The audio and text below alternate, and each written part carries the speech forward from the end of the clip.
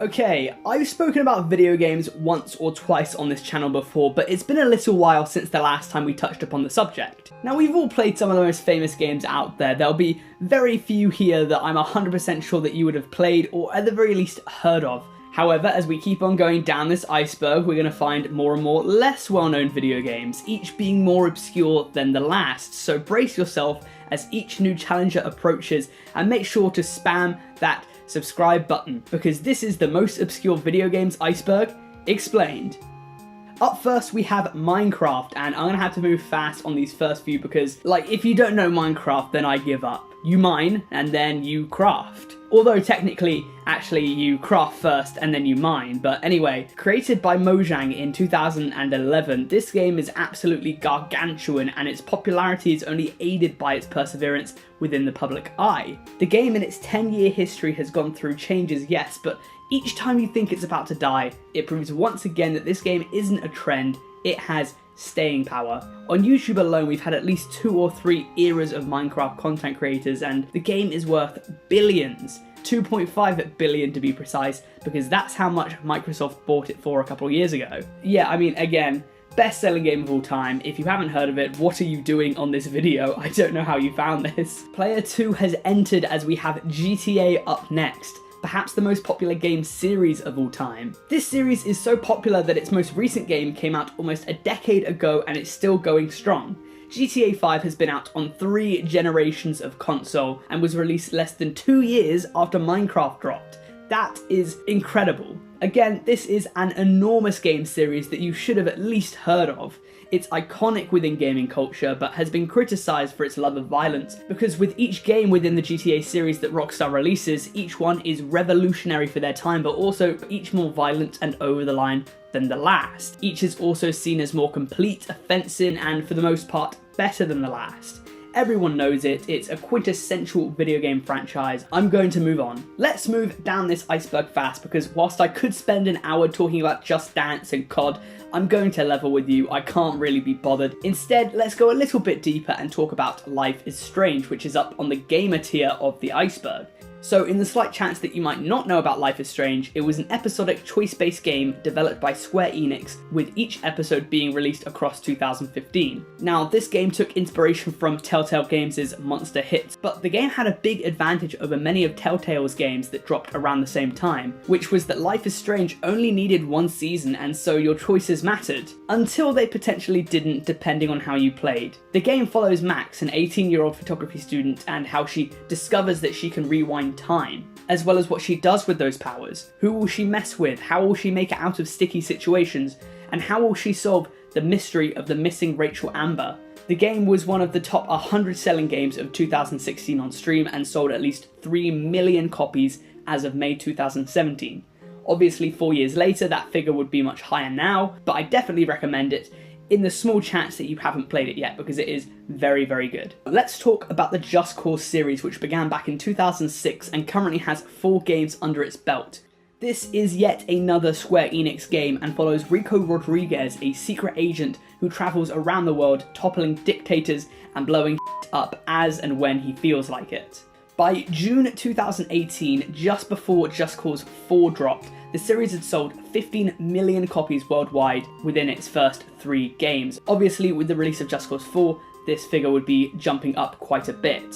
And I just wanted to include it because, yes, it was on the iceberg, but Just Cause 2 specifically was one of those games that just came to me in the right place at the right time. So much of my childhood was spent playing this game myself or watching people on YouTube play it. And I'd be interested to ask you, obviously, I played a lot of games as a child, but this one sticks out to me as one of the most nostalgic. So what about you? What might be your most nostalgic game? Let me know down in the comments as we start moving down to the more obscure stuff. And I need to say right now that I'm kind of a surface level gamer. I haven't played anything from further down this iceberg, so if I get anything wrong about these games, please don't be a dick about it. Second Life is an interesting one just because of how different it was, and frankly still is, to basically most other games. As the name suggests, this is another life that you can live online. There are no objectives, there are no goals, the conflict is manufactured. You go around trying to live and setting up your own goals. The world of Second Life has its own currency, which can be exchanged for with human currency, and the game in its heyday was so popular that it had a GDP of 500 million, which was larger than Burundi, South Sudan, Malawi, Mozambique, the Democratic Republic of the Congo, the Central African Republic, and Afghanistan. The game was created all the way back in 2003, and it seems as though the game's player count peaked about a decade later. Back in 2013, there was roughly 1 million monthly users, before scaling back over the next few years to about 800,000 in 2018. The game is really interesting to me personally just because of how it was treated like it's real life. There have been stock market crashes, and back in 2007, someone put a Ponzi scheme in the game, and in response to that, he raked in a bunch of money. Basically, every form of both legal and illegal sexual acts have been performed on the site, and has caused a bunch of countries' governments, such as Germany and Belgium, to launch police investigations. As well as that, you could gamble in the game, and there were advertisements for alcohol, drugs, and tobacco. These people really wanted to take things to the next level. It's kind of an insane game. Kerbal Space Program is a 3D space flight simulator video game. In the game, players are supposed to lead a budding space program staffed by some green aliens known as Kerbals. Now, from what I've seen of the game, much of it is trial and error and learning from previous mistakes, with each launch meant to be more developed and researched than the last. This idea for a video game was praised by NASA as well as various other space programs for its depiction of space travel. Now, the game was initially released all the way back in 2011, but came out of beta 4 years later in 2015. As of 2020, it's thought to have sold at least 2 million copies worldwide and was critically acclaimed across the board. This is the first one I would say is ever so slightly getting there in the obscurity department, having sold much less copies than any other game I've mentioned previously, and the concept of the game is ever so slightly niche. Still though, we need to move to the even more unknown. And that takes us to the next tier down on the iceberg, which, yeah, I've heard of Kerbal Space Program and Second Life, I just haven't played them. I don't know if I've heard of any of these from here on out. Muahan is a German game franchise which was popular around the early 2000s. The franchise, while obscure perhaps outside of Germany or Europe, is actually quite big inside, with the developers, these guys right here, having created over 30 games for the series.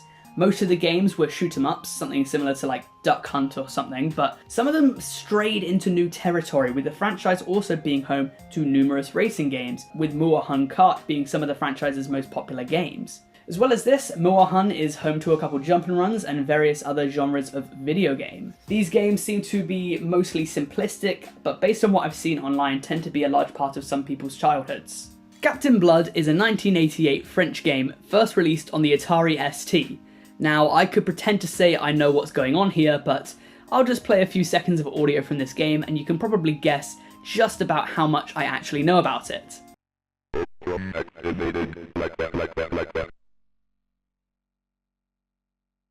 It says here that the protagonist developed a new video game about aliens and space travel.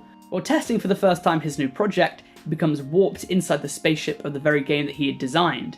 Soon after, Blood is forced to go into hyperspace mode, and due to an incident, accidentally gets cloned 30 times. For 800 years, Blood tracks down every clone as each one took a portion of his vital fluid. When the game begins, Blood had successfully disintegrated 25 clones, but he needs to kill the last 5 clones, who turned out to be the most difficult to track down, or he will lose his connection with the human species. Based on most people's comments on this video that I'm watching, very few people understand it, despite many of them having nostalgia for the game nevertheless. The game itself had mixed reviews on release, selling over 100,000 copies, but being slammed for its obscure gameplay. Quote, "As a game, this one sucks pond scum," which I think is a very funny way to put it. Cosmology of Kyoto is an adventure game developed by Soft Edge that released for Japan in 1993, and then was subsequently released in America in 1994. There doesn't seem to be too much of a clear objective for the game. Instead, the player just roams around Kyoto in around the 11th century Japan, and they are free to explore the historical, horror, religious, and educational themes being intertwined to the player's experience. Cosmology of Kyoto is famous for being one of the only games that film critic Roger Ebert actually liked, and while not a commercial success on release, it's built up a cult following throughout the years. The game uses karma and reincarnation gameplay mechanics based on Buddhist concepts. If the player dies, their actions in a previous life will dictate how they are treated, whether they come back as a human or a dog, for example. I mean, there's so much to say here. The city is filled with demons that you have to interact with, but Generally, it's praised for its depiction of Buddhist concepts, and we're definitely starting to get obscure. Okay, from here on out, my commentary is going to be essentially useless. I hope you know that because these games are getting so much more obscure, there's not really too much about them online. Toymaker, this one is hella obscure. It seems like you're just walking around some maze. It reminds me of LSD Simulator, which I spoke about on my PlayStation Iceberg, so go watch that one after this video. But every now and then, ambiguous black figures kind of just jump out at you, and from time to time you'll see this evil teddy bear. There seems to be some sort of Japanese writing on the walls here, but I don't speak any Japanese, so I can't really tell you what it says. Nor can many other people, because this game isn't on Wikipedia. There's not many articles about it online. Hell, the most viewed video on it only has 50,000 views. However, I was able to find a great Reddit post, and it has a bit of an interesting story, even if it is worded a bit weirdly, but I think I got the general gist. Even so, I'll link the original post in the description. Anyways, on June 20th, 2013, a username by the name of Lone Dev, who we'll just refer to as Matthew from now on, uploaded a story on the Italian creepypasta forum titled Japanese Writing brackets Toymaker, claiming that the creepypasta he had uploaded was from a Japanese forum site and that the original article ended up being deleted, but he was able to snatch the story just in time. From there, I believe not long after, the game of which this story is based on was uploaded on the same thread. Within the thread, there was a link to download the game, and people went to play it and try to uncover its true meaning, reading into the source code and trying to understand its purpose. The game spread across the internet and into 4chan, where even more people discovered the game. Long story short, years later, no true meaning was derived, so people ended up branding it a hoax. Up until it was later revealed that Matthew was the one who created the game. He crafted this story for people to enjoy. Matthew, by the way, also has a YouTube channel, so if you like this kind of stuff, I'll have his channel linked in the description. A true Western romance. This one seems to be some sort of creepy choice-based clicker game. A lot of the game is just reading off creepy diary entries, and the frame rate is about 1 a second, but I'll give the game this. I believe that it's going for creepy and off-putting, and it does a fantastic job in that. As I catch a glimpse of my reflection, it warps and transforms to that of a demon, rippling just as the heat does in my vision. When will I ever see another living being again? The story here is so cryptic, the voice acting is intentionally awful, and even the credits are shrouded in mystery. This is one game that I'd actually be interested in finding a bit more about because it's just so out there and mysterious. It could be absolutely nothing, but I kind of feel as though there's some sort of larger story at play here. Perhaps the true story has gone completely over my head, but this game is intriguing to say the least. It's only about 10 minutes long, and it was created by Magic Dweedoo, but there's something about this game that sticks with me, I don't know. I'd be interested in finding out a little bit more about it. Having said that though, it's so obscure that there's basically no articles on the internet about it, so what are you gonna do? Život není Clancy, or Life is Not Beautiful, is down here near the depths of the iceberg. It's hard for me to understand this one because I believe that this is a Czech game series, and so I've had to translate the Wikipedia page, but it seems to be a game series that started all the way back in 2002 and was in production for seemingly only 2 days. As of 2021, it's still going. Known for its extremely offensive and violent content, Život není Clancy is believed to have been basically made just by one single person known as Marty. Aside from that, it's quite tough to know more about this game because, for as far as I've researched, most of the gameplay is commentated by Czech people, the words are written in Czech, and it's so obscure that there aren't really many articles on it, or at least none that I could find because, again, I don't speak any Czech. Just looking at some of the gameplay here though, it doesn't seem to be for the light-hearted. It even says here that the whole series is known for its black, racist, xenophobic, sexist, homophobic and vulgar humour. But yeah, let's get to the bottom of this iceberg. Bat Castle. Okay. Okay. I'm really struggling to find a few of these now. I think this is the correct game. I don't really know what's going on here because while there is a more popular game called Bat Castle, I don't think that's what it's referring to. This one I found has 292 views and it's done by this guy called Holgast. I'm going to level with you right now. I don't know what's going on. I don't understand anything that's going on. And even Holgast himself, the guy who's playing the game, doesn't really seem to know what's happening. He seems lost half the time in the game. You seem to fight ghosts and stuff, maybe? All of the words are written in near English but not English. I'll be honest, I think this stuff is too abstract for me to comprehend. I wish I could give you some more insight, But alas, I'm stumped. Backcastle exists, I don't know when it was made, I don't know who made it, I don't know how long it was made, I don't know anything about this game because it is so obscure, I can't find basically anything on it. I have looked everywhere, I've searched far and wide for some of these games, but I haven't been able to find any footage of them. Melodog NES, classic game, Dongland 2. I haven't been able to find any gameplay on them, and a lot of the ones down here are simply urban legends and myths, but ever so luckily, I have been able to find Scrimmy Bingus and the Crungy Spingus.